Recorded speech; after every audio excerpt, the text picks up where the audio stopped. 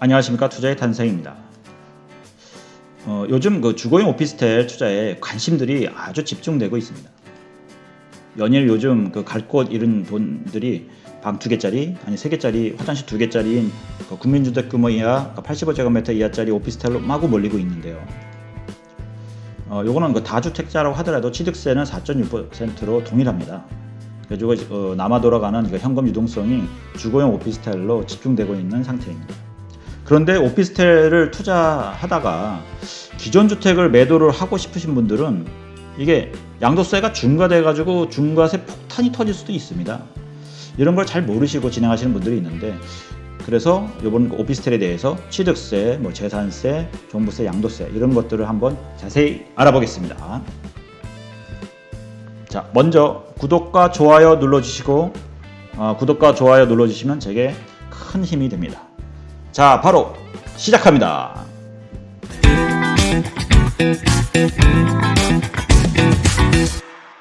먼저 오피스텔이 어떤 것이죠? 지금 그 그림에 나와 있는 이런 식이 이제 보통 우리가 알고 있는 오피스텔입니다. 방 1개짜리 아니면 1.5, 방 1.5, 그 다음에 그 화장실이 1개 정도 있는 이런 게 이제 전형적인 오피스텔의 모습입니다. 하지만 요즘엔 아파트리라고 부르는 게 있습니다. 그 방 2개나 3개, 그리고 화장실이 한 2개 정도 되는, 즉 아파트하고 오피스텔의 합성어죠. 즉 아파트와 거의 동일하게 생긴 그런 오피스텔이 많이 분양하고 있습니다. 그러면 이 이제 오피스텔에 대해서 이제 좀 그 취득 보유 양도를 해가지고 한번 좀 구분을 해보겠습니다. 먼저 그 주거용 오피스텔의 경우에는 취득 시에 주택임대사업자를 지자체에 등록을 한다고 하면은 취득세 감면을 받을 수 있습니다. 또한 그 업무용 그 오피스텔의 경우 부가가치세 환급도 받을 수 있습니다. 그런데 이제 보유시는 보통 2천만 원 이하에는 분리과세나 아니면 종합과세, 2천만 원 초과일 경우에는 종합과세를 받게 되고요. 그 다음에 그 업무용도 과세 대상입니다. 그 다음에 이 보유 시에는 그 재산세하고 종부세도 있는데 요거는 내용이 너무 복잡해서 그 다음에 자세히 알아보겠습니다. 그 다음에 양도일 때는 주거용 오피스텔은 그냥 주택, 업무용 오피스텔은 상가, 이렇게 생각하시면 됩니다. 그 오피스텔에 대해서 이렇게 요즘에 그 오피스텔의 질문이 지자체에 꼭 임대주택 등록을 해야 됩니까? 라고 질문하시는 분들이 굉장히 많으신데, 그건 좀 알아보겠습니다. 기본적으로 그 전용 면적이 60제곱미터 이하인 오피스텔의 경우에는 최초 분양자일 경우에 지방자치단체에 임대주택으로 등록을 하면 취득세 100% 감면을 해줍니다. 다음 오피스텔의 질문이 지자체에 꼭 임대주택 등록을 해야 됩니까? 라고 질문하시는 분들이 굉장히 많으신데, 기본적으로 그 전용 면적이 60제곱미터 이하인 오피스텔의 경우에는 최초 분양자일 경우에 지방자치단체에 임대주택으로 등록을 하면 취득세 100% 감면을 해줍니다. 다만 여기 100% 감면이라는 건 최소 납부세액 제도라는 것 때문에 여기에 이제 그 85% 감면을 받으니까 실제로 15%를 조금 더 내게 됩니다. 그러니까 실제로 감면은 85%가 되겠죠. 재산세도 감면을 받을 수 있습니다. 여기는 이제 국민주택 규모 이하 85제곱미터 이하짜리 2채 이상, 2호 이상을 지자체 임대주택으로 등록을 하게 되면 재산세도 감면해 줍니다. 그리고 이제 좀 중요한 내용이 조정 대상 지역에 9.13 대책 이후에, 그때는 여기 그 주거용 오피스텔을 임대주택으로 등록했다 할지라도 기존의 주택은 종부세 합산 배제나 양도세 중과 배제 이런 걸 해줬었는데, 지금 아예 이런 혜택이 전부 다 없어졌습니다. 지금 종부세 합산 배제, 양도세 중과 배제에 대한 혜택은 없어졌다, 이렇게 보시면 되고요. 지자체 임대주택을 등록을 만약에 하신다 그러면 이미 의무 임대 기간이 10년이기 때문에 이제는 이제 4년짜리, 8년짜리는 없어졌습니다. 그러니까 10년이기 때문에 굉장히 주의하셔야 됩니다. 그리고 10년 안에 만약에 양도를 하게 되면은 과태료가 3천만 원이고, 이것만 있는 게 아니라 그동안 혜택받았던 어떤 세제 혜택에 대해서 다 물어내야 됩니다. 그러니까 다 추징당하니까는 굉장히 손해가 크겠죠. 그 다음에 이제 주거용 오피스텔을 그 부가가치세를 환급을 받아야 되느냐, 이런 질문도 있는데, 주택임대사업자, 즉 면세사업자가 아닌 상가임대, 그러니까 과세사업자로 등록을 하게 되면은 부가가치세를, 그러니까 VAT를 환급을 해줍니다. 보통 이게 분양가가 어떻게 돼 있냐면은 예를 들어서 건물 가격, 그다음에 그 건물가액에 부가가치세가 10% 붙고요. 그다음에 토지가액이 붙는데 건물가액이 막 3억 5천이라고 하면은 부가가치세는 그거의 10%인 3,500만 원이 붙고요. 그다음에 토지가액이 1억 5천이라고 하면은 그 분양가격은 5억 3,500만 원이 되는 거예요. 그래서 그 오피스텔이 완공한 후에 주거용으로 이제 사용한다고 하면은 환급받은 그 부가가치세를 다시 추징당할 수 있습니다. 그다음에 그렇기 때문에 오피스텔 완공 후에 과세사업, 그러니까 상가로 사용한다 그러면 부가세를 환급을 받으셔야 되고요. 주거용, 만약에 면세사업으로 등록을 하게 되면 환급받을 필요는 없습니다. 그럼 이제 주거용 오피스텔 취득세에 대해서 자세히 알아보겠습니다. 일단 오피스텔의 정의를 좀 보면 주택법상 주택이 아닌 준주택에 해당되고요. 그러니까는 주택이 아니라는 뜻이죠. 그리고 건축물 대장, 그다음에 등기부 등본을 띄워보면 업무시설이라고 나옵니다. 주택이 아니라고 나오죠. 그리고 여기에 이제 취득세율이 4%고요. 농어촌 특별세 0.2%, 지방교육세 0.4% 해서 총 4.6%가 물게 됩니다. 이거는 다주택자라고 하더라도 오피스텔을 취득할 경우에는 모두 다 4.6%의 취득세가 나옵니다. 여기에 이제 그 취득세를 적용 시 부가가치세는 제외 금액이 적용되는 것이죠. 만약에 이제 분양 가격이 3억 5천이고 여기에 부가가치세 10% 3,500만 원, 토지 가격이 1억 5천일 경우는 5억 3,500만 원일 경우에 이때 세율은 3억 5천 플러스 1억 5천에서 5억에 대한 4% 2천만 원, 농어촌 특별세 0.2% 100만 원, 지방교육세 0.4% 200만 원 해서 4.6%인 2,300만 원이 나오게 됩니다. 그다음에 이제 재산세에 대해서 좀 알아보겠습니다. 재산세를 만약에 이제 주택분으로 부과하는 경우, 업무시설로 부과하는 경우, 그러니까 업무용으로 부과하는 경우에 대해서 좀 나눠보겠습니다. 주택분으로 만약에 그 시가 표준액이 한 3억 원짜리 건물분이 한 2억, 토지분이 1억이라고 치면 대략 그 재산세 고지서를 보시면 거기에 무슨 도시지역분, 뭐 지방교육세 이런 것들이 붙어 있습니다. 이런 걸 다 합산을 하면 대략 한 58만 원 정도가 나오는데 업무시설, 업무용으로 만약에 부과가 된다고 하면 건물분으로 한 62만 원이 나오고요. 토지분으로 한 26만 원이 나와서 대략 한 88만 원 정도가 나오게 되는데 대략 보면은 한 30만 원 정도 차이가 나죠.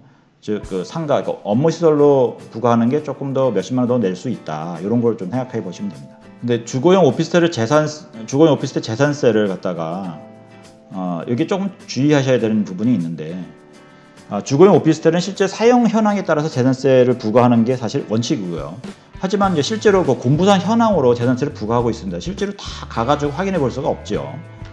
그래가지고 기본적으로 공부상 현황에 업무시설로 부과하는 것이 대부분입니다. 그런데 이게 주택분으로 재산세가 과세되는 경우가 두 가지가 있는데요. 그러니까 본인이 지방자치단체의 오피스텔을 임대주택으로 등록한 경우에는 당연히 주택분으로 재산세가 과세됩니다.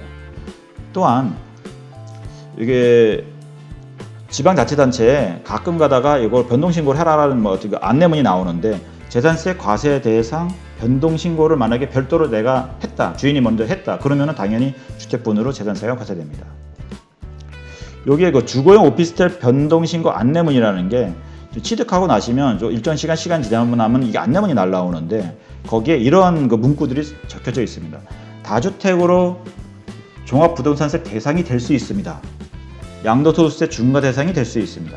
환급받은 부가가치세가 있는 경우에는 추징될 수 있습니다라는 문구가 적혀져 있습니다. 요거는 자세히 알고서 해라라는 그런 내용이겠죠.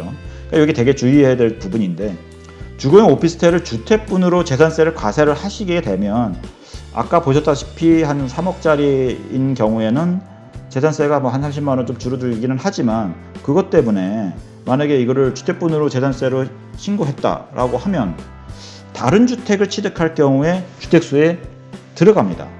특히 이제 조정 대상 지역이라고 하면은 취득세가 중과돼서 2주택일 경우에는 8%, 3주택일 때는 12%의 중과세가 발생될 수 있습니다.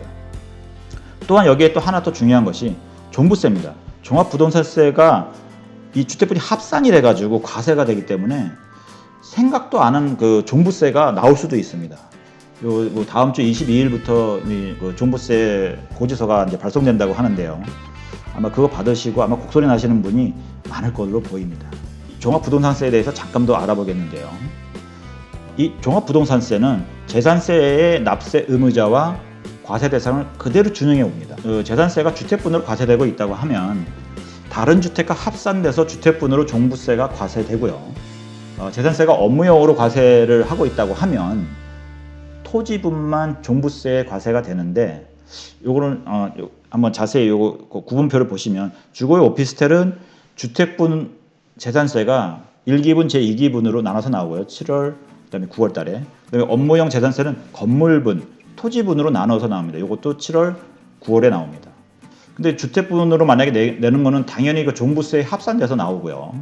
그다음에 업무용으로 신고한 거는 건물분에 대해서는 종합부동산세 과세 대상이 아닙니다. 이거 제외가 되는 거고요.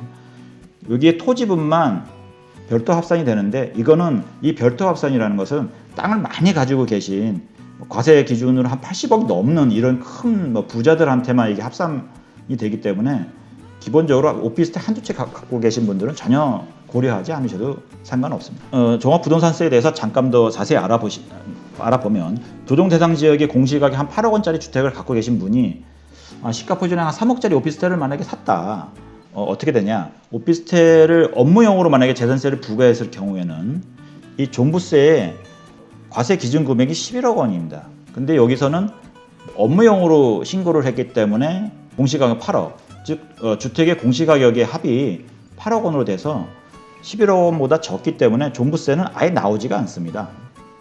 하지만 오피스텔을 주택분으로 재산세를 부과를 할 경우에 이때는 좀 얘기가 달라집니다. 이때는 과세 기준 금액이 6억으로 낮춰지고요. 주택 공시가격 합이 11억 원입니다. 그러니까는 종부세가 나오겠죠. 근데 또 여기 또 불행하게도 양쪽 다 조정 대상 지역이기 때문에 이 조정 지역의 2주택자 종부세 중과세율을 적용돼서 대략 660만 원 정도가 나오게 되는데, 여러분 종부세를 안 내던 분들이 갑자기 몇백만 원의 그 종부세가 나와서 굉장히 타격이 클 수가 있겠죠. 주의하셔야 됩니다. 그 다음에 이제 양도소득세를 좀 살펴보겠습니다. 양도소득세에서는 이제 주택의 정의가 완전히 다른데요. 허가 여부나 공부상 그 용도와 관계없이 사실상으로 주거용으로 사용하는 모든 것에 대해서는 다 주택으로 정의를 합니다. 주거용 오피스텔을 재산세를 뭐 주택분으로 내냐 업무용으로 내냐 이런 거 상관없이 그냥 주택이다 라고 생각하시면 되고요. 요거 아까 보셨던 도표인데, 주거용 오피스텔은 주택분 재산세, 업무용 재산세로 나눠지고, 주택분 재산세는 당연히 그 종부세에 합산되고, 업무용은 이렇게 건물분, 토지분으로 나눠지는데, 양도소득세는 주거용 오피스텔이라고 하면은 그냥 주택이다. 주택세 다 포함된다. 주거용 오피스텔은 그냥 주택이라고 생각하시면 됩니다. 여기 또 중요한 거 하나를 좀 검토해 보겠는데요. 이게 실제 있었던 사례라고 합니다. 만약에 이제 기존 조정 대상 지역의 1주택을 보유한 자가 또 조정 대상 지역의 오피스텔을 취득을 했을 경우에 종전주택에 본인이 갖고 계셨던 그 주택을 양도했을 때 이게 혹시 비과세가 적용될 수 있을지 한번 검토해 보겠습니다. 그러니까 납세자 입장, 주인 입장에서는 과세 사업자로 등록을 하고, 그 다음에 세입자가 전입신고도 안 했습니다. 그리고 이 오피스텔을 부가가치세도 내고, 임대소득도 내고, 이것도 신고하고 했는데 사실상은 주거용으로 사용하고 있었던 것이죠. 그래서 이제 이분은 이 오피스텔이 주택이 아니라고 생각을 하고 좀 전에 갖고 계셨던 주택을 양도하고 그 9억까지 비과세로 신고를 한 겁니다. 그래서 이게 5억에 취득했다가 15억으로 이제 양도를 했는데 거의 이제 그 양도 차익이 10억이나 나는 그런 상태였는데, 이게 비과세니까 당연히 이제 그 장기보유 특별공제까지 받았겠죠. 그래서 한 3천만 원으로 신고 납부를 했는데, 국세청에서 이걸 이제 신고를 받아 보니까 좀 이상해가지고 그 세무서의 직원이 직접 현장 조사를 나간 겁니다. 그러니까 그 오피스텔을 가보니까 실제로 이거는 주거용인데 그러면 이게 주택수에 들어가는 건데 왜 이걸 비과세 신고를 했나? 비과세 신고를 부인하게 됩니다. 그렇게 되고 나니 여긴 또 조정 대상 지역에 2주택자를 갖고 계시니까 이건 중과로 추징이 되는 거죠. 그래서 이 세무서에서는 그동안에 밀린 세금하고 다 합쳐서 부가세까지 다시 합쳐져서 약 7억 원의 양도세가 나오게 된 것이죠. 그러면 실제로 6,700만 원을 더 내게 된 겁니다. 굉장히 이건 날벼락이 아닐 수 없습니다. 굉장히 주의해야 될 그런 내용이 되겠습니다.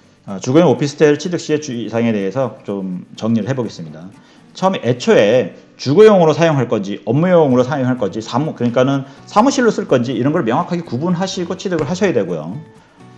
만약에 본인 거주주택을 비과세를 받는다고 하면 주거용 오피스텔이 지자체 임대주택으로 등록을 하셔야 되는데 내가 거주하고 있는 주택 외에는 모두 다 임대주택으로 등록이 되어 있어야 거주주택 특례 조항으로 비과세를 받을 수 있는 것입니다. 이런 거 되게 주의하셔야 됩니다. 그다음에 종전주택의 이거 양도세를 비과세 받는 거는 이제 거의 불가능하다라고 보시면 되고요. 오피스텔을 먼저 매도하시고 정리하시고 그다음에 남아있는 자기 주택을 비과세 받으시는 것을 권장해 드립니다. 그 재산세를 굳이 주택분으로 변동신고해서 주택으로 바꾸지 마시라. 그냥 상가 업무시설로 놔둬서 그걸로 재산세를 내셔라. 잘못하면 종부세 나오니까. 그리고 재산세 몇십만 원 뭐 절약한다고 이거를 또 굳이 또 임대주택으로 지자체에 가서 또 임대주택 등록을 해버리면 10년이 묶이니까 이거는 제가 비추천입니다. 이거는 권장하지 않는 그런 내용이고요. 그리고 요즘에 아파트들이 너무나 인기가 있으니까 뭐 묻지마 투자식으로 나오시는데 이게 만약에 가격이 하향기에 들어서면 오피스텔 같은 경우는 거래가 거의 되지가 않습니다. 그렇기 때문에 돈이 거기 묶일 수 있고요. 다만 내가 여유가 있어서 월세 수입을 받아야 되겠다. 그래가지고 그런 경우에만 월세를 받겠다. 이런 경우에만 투자를 하시고 그 외에는 주의하셔라. 비추천이다. 이렇게 말씀을 드리겠습니다. 지금까지 주거용 오피스텔 취득할 경우에 꼭 확인해야 될 사항에 대해서 자세히 알아봤습니다. 구독, 좋아요 꼭 눌러주세요. 알림 설정도 부탁합니다. 꼭이요.